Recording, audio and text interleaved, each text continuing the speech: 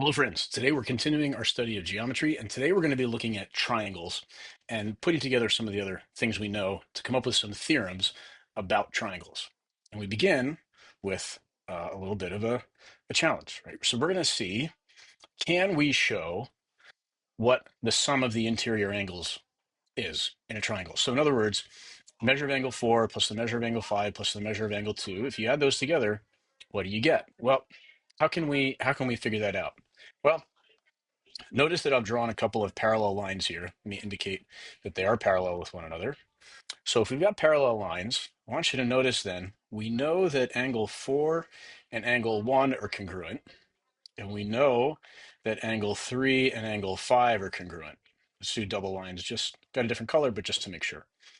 Okay, so we know that angle 3 is congruent to angle 5. How do we know that? Because they are alternate interior angles.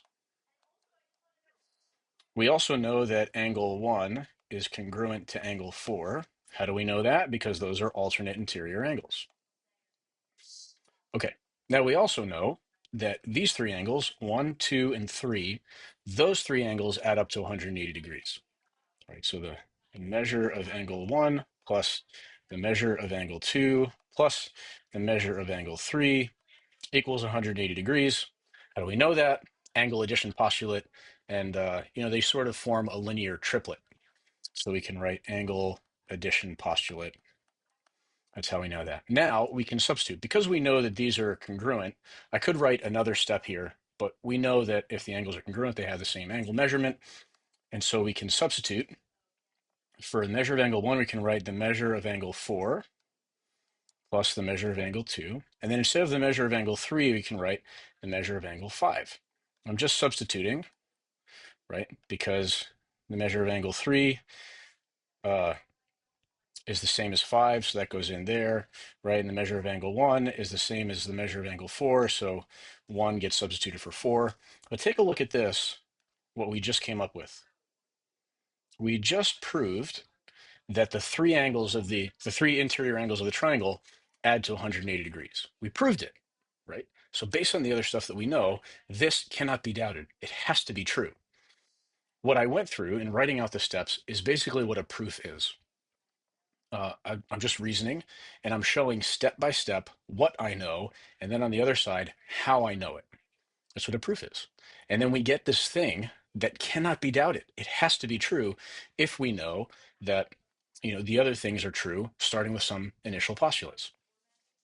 Students often don't like proofs, but really it's you can think of it as just like a brain teaser. You've got all these different ideas that you can choose from. You've got to fit them together in a certain way in order to get this one idea that you know has to be true. Can't be doubted. You've proved it, right? People say all the time, like, well, prove it, I dare you. Just did, right? And so what we have here is what we call the triangle sum theorem. And it's the idea that the three interior angles of a triangle add up to 180 degrees. It's a theorem because we can prove it, and we just did. Okay, now there are some corollaries. The congruence corollary is one of them. So we'll talk about that in a second. But corollary, I know it's a big word. It's a big word, but just calm down, breathe. It's okay.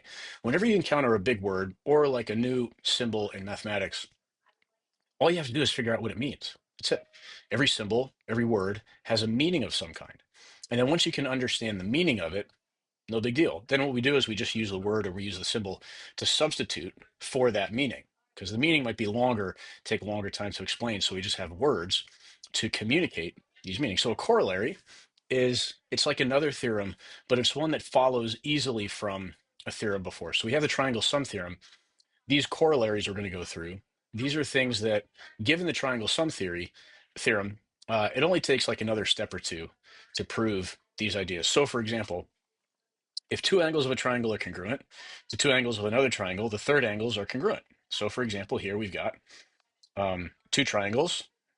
This is angle, the angle measured 40 is congruent to this angle. 110 degrees, that angle is congruent to this angle. That means that these third angles, this one and this one, those also have to be congruent to each other, right? Because think about it, they all have to add up to 180 degrees.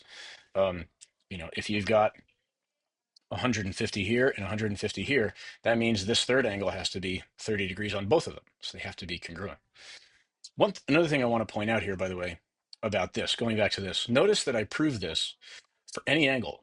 We don't know what the angle measurements are. It could be any triangle that's in here, but it's true for all. So we didn't put measurements in there. I just used the symbols in order to show that this holds true for any triangle, no matter what kind it is. Right? And then we get this, the congruence corollary, I'm going to call it. We have also the right triangle corollary, and it's this. Take a look at this right triangle. So we know that if this is 90 degrees, then the other two angles have to add up to 90 degrees, because we know what the measure of angle 1 plus the measure of angle 2 plus the measure of angle 3. I didn't label angle 3. Sorry. Measure of angle 3 is so if the measure of angle 3 is 90 degrees, right? So I'm going to subtract minus the measure of angle 3, which is 90, right? Then the measure of angle 2 plus the measure of angle 1 is going to be 90 degrees, right? Because I know that angle 3 is 90 degrees. So the other two have to add up to 90 degrees, and we say that they're complementary because they add up to 90 degrees. Next one, I call it the one large angle corollary. So this is the idea that because the three angles have to add up to 180 degrees, if you've got one angle that's 90 degrees or more, that's the only angle that can be that much. You can only have one angle that's 90 or more. So if you have a right angle, a right triangle, or an obtuse triangle, it's only one angle that's right, or it's only one angle that's obtuse. If you can imagine, if you've got like a right angle and then an obtuse angle, there's no way you're going to make a triangle out of this, right? Like this guy he's thinking, is there a way to make a triangle out of that? Nope, sorry, friend. The answer is no.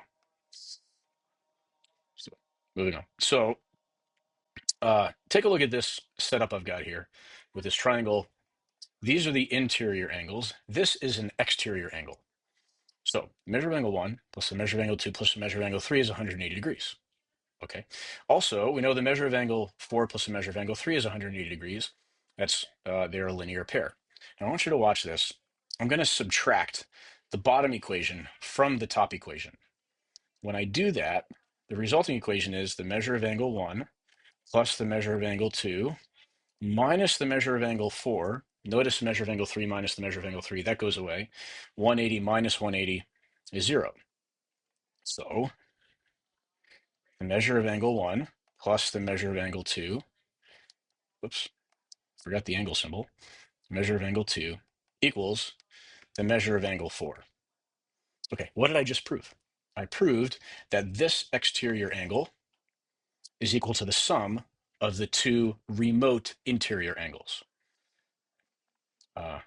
Follows right from the triangle sum theorem, which is this, right? Just another couple of steps, and then we get this. This is the exterior angle theorem, that the measure of an exterior angle of a triangle is equal to the sum of the two remote interior angles. So a bunch of theorems about triangles, and we're going to see these become very useful. We use them over and over again in geometry. So learn them well and get used to using them in different situations. So thanks for watching. By the way, I take the notes, everything I did here, and I save it in a Google Drive folder, and I put the link in the description below, so you can look down there for a link to these notes. It's all together. It's just one whole running thing, not including the investigations in the labs and the constructions and that sort of thing. So again, thanks for watching. Don't forget to like and subscribe.